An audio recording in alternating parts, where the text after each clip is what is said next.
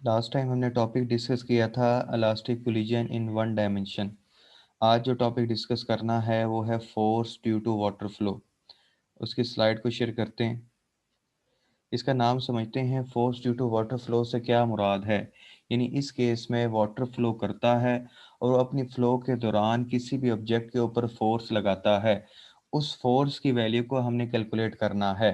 फिर से, force due to water flow से क्या मुराद है कि वाटर फ्लो करता है, वाटर अपनी फ्लो के दौरान किसी भी ऑब्जेक्ट के ऊपर फोर्स लगाता है जो उसके सामने आती है।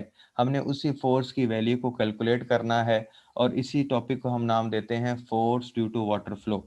इसको समझने के लिए हमने एक केस कंसीडर किया। लेट्स सपोज हमारे पास एक पाइप है, हॉरिजेंटल पाइप है। इस हॉरिजेंटल पाइप में वाटर फ्लो करता है विद वेलोसिटी v। अब ये पाइप है, इस पाइप में से वाटर फ्लो कर रहा है विद वेलोसिटी v। अब ये पाइप है और फर्दर ये वॉल है। अब आप ये देख रहे हैं, ये पाइप है और ये क्या है, वॉल है। अब पाइप डायरेक्टली कनेक्टेड नहीं है वॉल के साथ। वॉल के दरमियान और पाइप के दरमियान, यानी वॉल और पाइप के दरमियान जो है स्पेस है, यानी हवा है। सिंपली जैसे ही वाटर इस पाइप में से फ्लो कर रहा होता है, ये इस नोजल से एमिट आउट होता है। नोजल से एमिट आउट होके हवा में से होते हुए वो किसके साथ जाके टकराता है, इस वॉल के साथ जाके टकराता है। ये पानी, ये वाटर जो है इस वॉल के ऊपर फोर्स लगाता है एफ। इसी एफ की वैल्यू को हमने कैलकुलेट करना है। टॉपिक का नाम क्या है, force due to water flow. Water के फ्लो की वजह से जो फोर्स बनती है, जो फोर्स लगती है, हमें वही कैलकुलेट करनी है और जो कि क्या कहलाती है, एफ कहलाती है। और इसी को हमने क्या करना है, कैलकुलेट करना है। फिर फिगर को देखते हैं। हमारे पास एक हॉरिजेंटल पाइप है। उस हॉरिजेंटल पाइप में वाटर फ्लो करता है विद वेलोसिटी v। इसको हमने नाम दिया इनिशियल वेलोसिटी। जैसे ही इनिशियल वेलोसिटी v के साथ मूव कर रहा होता है, ये इस नोजल से एमिट आउट होता है। जैसे ही वाटर इस नोजल से एमिट आउट होता है, हवा में से होते हुए ये इस वॉल के साथ टकराता है। टकराने के बाद ये वाटर किस हालत में आ जाता है, रेस्ट हालत में आ जाता है। तो इसका मतलब इसकी जो फाइनल वेलोसिटी है वो ज़ीरो बन जाती है। तो इसकी इनिशियल वेलोसिटी कितनी थी, v थी। फाइनल वेलोसिटी कितनी है, ज़ीरो है। अब जो फोर्स इस वाटर ने वॉल के ऊपर लगाई वो कितनी थी, एफ थी। बदले में ये जो वॉल है, ये वाटर के ऊपर फोर्स लगाता है और वो कितनी लगाता है, एफ प्राइम लगाता है। अगर हम Newton's third law of motion को देखें तो उसमें हमने पढ़ा था every action has a reaction. अगर वाटर इस वॉल के ऊपर फोर्स लगाती है तो बदले में ये वॉल जो है वो उस वाटर के ऊपर फोर्स लगाएगी और वो जो फोर्स होगी उसकी मैग्नीट्यूड तकरीबन सेम होगी, बट उसकी डायरेक्शन क्या होगी, ऑपोजिट होगी। सिंपली हम ऐसे कह सकते हैं, जो वाटर इस दीवार के ऊपर फोर्स लगाता है, अगर वो पॉजिटिव फोर्स होगी, जिसको हम किससे रिप्रेजेंट कर रहे हैं, एफ से रिप्रेजेंट कर रहे हैं, तो जो वॉल उस वाटर के ऊपर फोर्स लगाएगा वो फोर्स कौन सी होगी, एफ प्राइम। हमने पढ़ रखा है कि एफ प्राइम से क्या मुराद होता है, माइनस एफ। अगर वाटर वॉल के ऊपर जो फोर्स लगा रहा है वो पॉजिटिव है, तो बदले में जो वॉल उस वाटर के ऊपर फोर्स लगाएगा वो कितनी होगी, माइनस एफ होगी। और हमने पढ़ा हुआ है माइनस एफ को हम किससे रिप्रेजेंट करते हैं, एफ प्राइम से रिप्रेजेंट करते हैं। नेक्स्ट हम देखते हैं कि हमने क्या लिखा। Consider water is flowing with initial velocity V I. हमने कहा वाटर फ्लो करता है कितनी वेलोसिटी के साथ, इनिशियल वेलोसिटी के साथ, जो कि वी आई है। और फर्दर हमने पढ़ा हुआ है कि वी आई किसके बराबर है, वी के बराबर है इन हॉरिजेंटल पाइप। किस पाइप में, ऐसे पाइप है जो कि किस डायरेक्शन में है, हॉरिजेंटल की डायरेक्शन में है। अब ये जो पाइप है ये हॉरिजेंटल डायरेक्शन में, इसकी बेस पे हमने इसको क्या नाम दिया, horizontal pipe. Which strikes a wall normally and comes to rest. और ये जो वाटर है ये इस वॉल को किस तरह स्ट्राइक करता है, नॉर्मल की डायरेक्शन में स्ट्राइक करता है। हम जानते हैं जो नॉर्मल होता है वो प्लेन के ऊपर परपेंडिकुलर होता है। अब ये इसका प्लेन है, इस प्लेन का जो परपेंडिकुलर है ये वाली डायरेक्शन है, ये वाली डायरेक्शन में। तो ये जो वाटर है ये वॉल के साथ किस तरह टकराता है, किस डायरेक्शन में टकराता है, नॉर्मल की डायरेक्शन में टकराता है। और यही इसका मतलब है। नेक्स्ट हमने हेडिंग दी है force on water bye wall. ये वो फोर्स है जो कि वाटर के ऊपर लगेगी और लगाएगा कौन, वॉल। सिंपली इस फिगर को अगर हम बेस बनाएं, वॉल जो इस वाटर के ऊपर फोर्स लगाता है उसको हम क्या नाम देते हैं, एफ प्राइम नाम देते हैं। एक्चुअली हमें फोर्स तो ये कैलकुलेट करना थी, एफ। हम किसकी बात कर रहे हैं, एफ प्राइम की बात कर रहे हैं। हम क्या करेंगे, हम पहले वो फोर्स निकालेंगे जो कि वॉल लगाता है किसके ऊपर, वाटर के ऊपर। फिर हम बात करेंगे according to Newton's third law of motion, जो फोर्स ये वॉल इस वाटर के ऊपर लगाएगा, उतनी ही फोर्स ये वाटर किसके ऊपर लगाएगा, वॉल के ऊपर लगाएगा विद नेगेटिव साइन। तो उसकी बेस पे हम फाइनली क्या कैलकुलेट कर लेंगे, वो फोर्स कैलकुलेट करेंगे जो कि हमें रिक्वायर्ड है। हमने क्या कहा, हम एक्चुअली वो फोर्स पहले मालूम करेंगे जो कि वॉल किसके ऊपर लगाता है, वाटर के ऊपर लगाता है। हमने हेडिंग दी है force on wall, force on water bye wall. वो फोर्स जो कि वॉल लगाता है किसके ऊपर, वाटर के ऊपर। अब ये किससे रिप्रेजेंट हो रही है, एफ प्राइम से रिप्रेजेंट हो रही है। F prime is equal to, हमने लिखा delta P over delta T. ये आपने नाइन्थ में और टेंथ में इसका प्रूफ भी किया था कि force applied on a body is equal to the time rate of change of momentum. यानी किसी भी बॉडी के ऊपर फोर्स लगती है तो उसका मोमेंटम चेंज होता है किसके लिहाज से, टाइम के लिहाज से। तो एफ प्राइम बराबर आ गया डेल्टा पी ओवर टी के। अब डेल्टा पी क्या है, चेंज इन मोमेंटम को रिप्रेजेंट करता है। चेंज इन मोमेंटम होता है final momentum minus initial momentum. अब फाइनल मोमेंटम को हम किससे रिप्रेजेंट करते हैं, एम वी एफ से, और इनिशियल मोमेंटम को हम किससे रिप्रेजेंट करते हैं, एम वी आई से। हमने लिखा डेल्टा पी बराबर है M V F minus M V I. अब यहाँ पे हमने वैल्यूज पुट की। हम जानते हैं वी एफ की जो वैल्यू है वो जीरो के बराबर है, वी आई की जो वैल्यू है वो किसके बराबर है, वी के बराबर। तो एफ प्राइम बराबर आ गया M into zero minus M into V divide by T. तो एफ प्राइम बराबर आ गया minus M V by T. इसको हमने नाम दे दिया इक्वेशन नंबर ए। अब एफ प्राइम वो फोर्स है जो कि वॉल लगाता है किसके ऊपर, वाटर के ऊपर। Similarly force on wall by water, अब वो फोर्स जो कि वॉल के ऊपर लगाएगी, और लगाएगा कौन, वाटर, उसको हम किससे रिप्रेजेंट करते हैं, एफ से रिप्रेजेंट करते हैं। हम लिखते हैं according to Newton third law of motion. Newton के थर्ड लॉ ऑफ मोशन के मुताबिक ये फोर्स जो होगी नेगेटिव डायरेक्शन में होगी, किसके मुताबिक, इसके मुताबिक। सिंपली अगर मैंने कहा था अगर ये फोर्स पॉजिटिव है तो ये फोर्स क्या होगी, नेगेटिव होगी। हमने लिखा एफ बराबर है माइनस एफ प्राइम। अगर ये फोर्स पॉजिटिव है तो ये फोर्स क्या होगी, नेगेटिव होगी, जिसको हमने पहले से ही कैलकुलेट कर रखा है।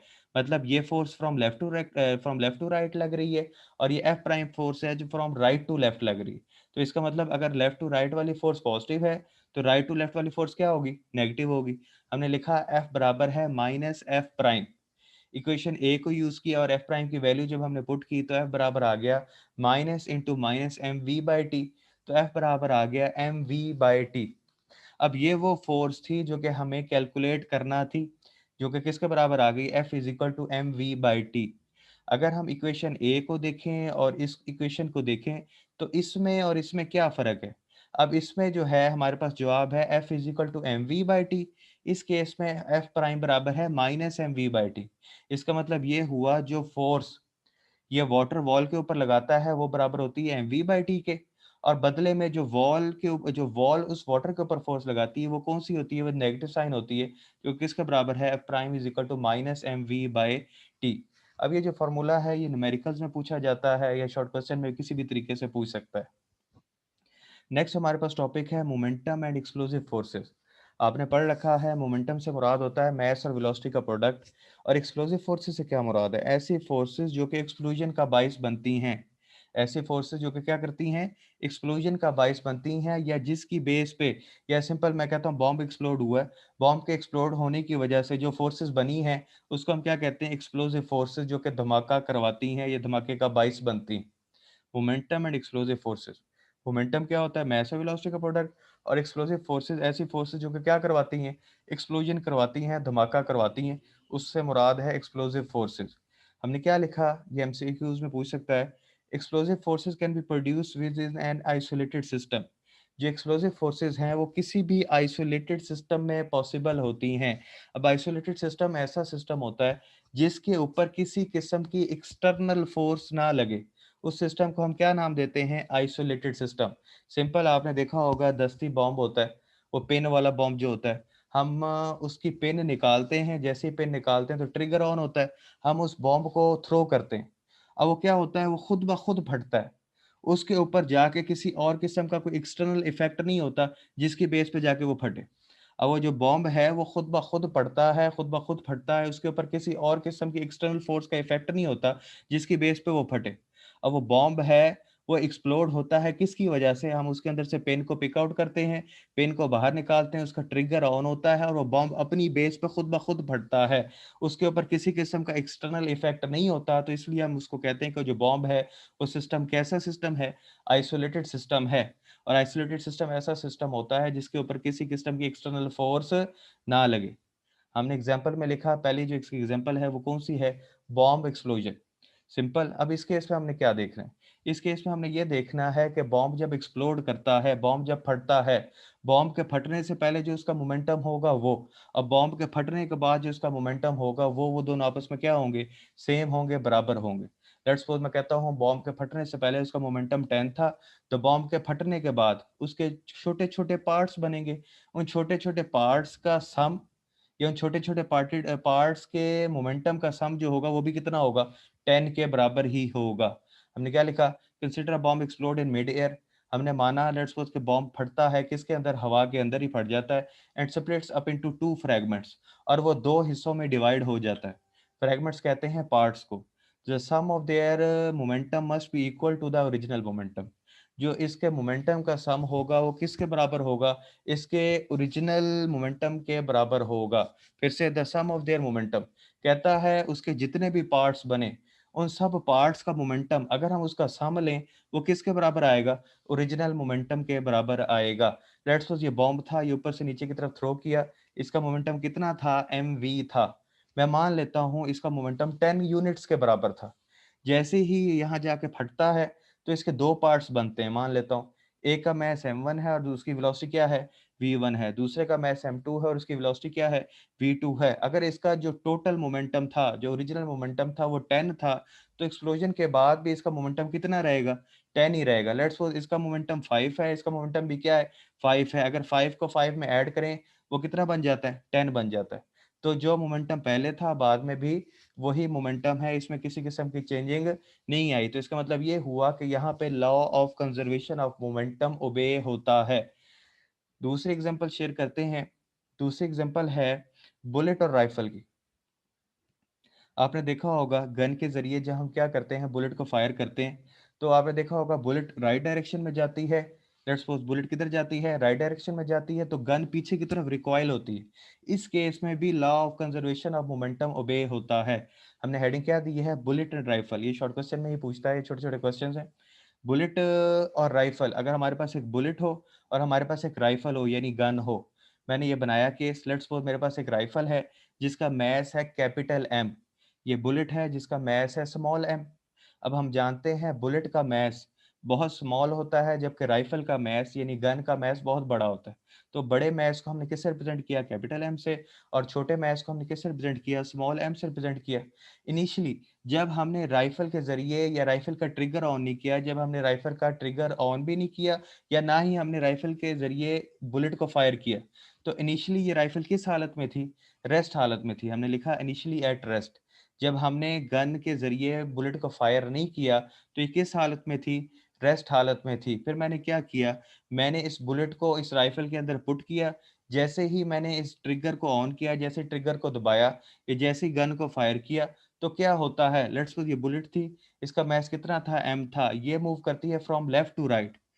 तो बदले में जो गन है वो क्या करती है, पीछे की तरफ झटका खाती है, रिकॉइल होती है, पीछे की तरफ झटका खाती है, और ये इसकी जो वेलोसिटी होती है लेट्स सपोज वी प्राइम होती है। ये जो बुलेट है, बुलेट का मैस एम है, ये from left to right move करती है विद वेलोसिटी वी। ये राइफल है, राइफल का जो मैस है वो कैपिटल एम है। लेट्स सपोज ये राइफल जो रिकॉइल होती है, रिकॉइल कहते हैं पीछे की तरफ झटका खाना, पीछे की तरफ झटका खाती है विद वेलोसिटी वी प्राइम। यहाँ पे वी प्राइम नहीं लिखा हुआ, वो आप लिख लें। इसकी वेलोसिटी क्या होती है, वी प्राइम होती है।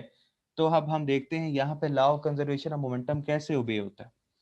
पहले इसकी बात कर लेते हैं। Consider a bullet and rifle, हमने एक बुलेट कंसीडर की और एक राइफल कंसीडर की। व्हेन बुलेट इज फायर्ड, जैसे ही बुलेट को हमने फायर किया, it moves in the forward direction with velocity v। ये जो बुलेट है फॉरवर्ड डायरेक्शन में जाती है किस वेलोसिटी के साथ, v वेलोसिटी के साथ। And the rifle recoils in the backward direction, और जो राइफल है वो बैकवर्ड डायरेक्शन में रिकॉइल होती है, झटका खाती है with velocity v prime velocity के साथ। Then by law of conservation of momentum, law of conservation of momentum के मुताबिक initial momentum is equal to final momentum. जो इनिशियल मोमेंटम होता है वो किसके बराबर होता है, फाइनल मोमेंटम के बराबर होता है। अब इनिशियल मोमेंटम इसका कितना था, 0 था, तो फाइनल मोमेंटम भी कितना होगा, 0 ही होगा। हमने यहाँ पे लिखा है mv प्लस mv प्राइम, हमने इसको यहाँ पे 0 क्यों नहीं पुट किया? इसकी वजह ये है, हम एक रिलेशन ड्राइव करना चाह रहे हैं।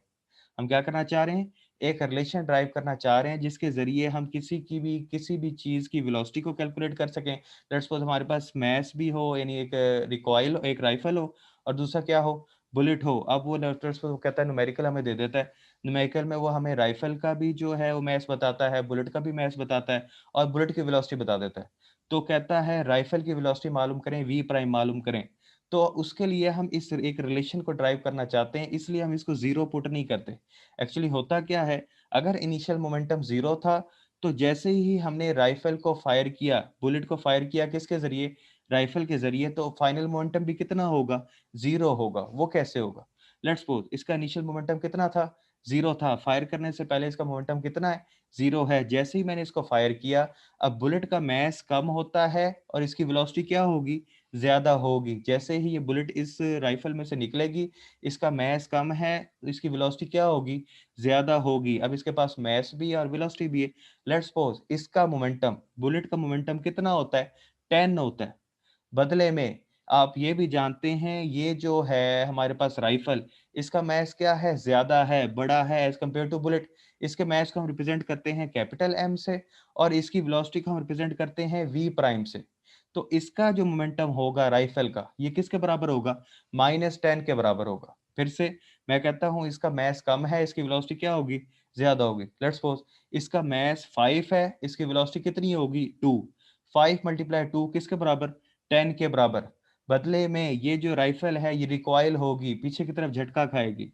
इसका मास ज़्यादा है। लेट्स सपोज़ वो मैं मास मान लेता हूँ कि वो किसके बराबर है? 5 के बराबर है। इसकी जो वेलोसिटी है रिकॉइल होने की, वो v प्राइम है, और लेट्स सपोज़ मैं मान लेता हूँ v प्राइम बराबर है 2 के।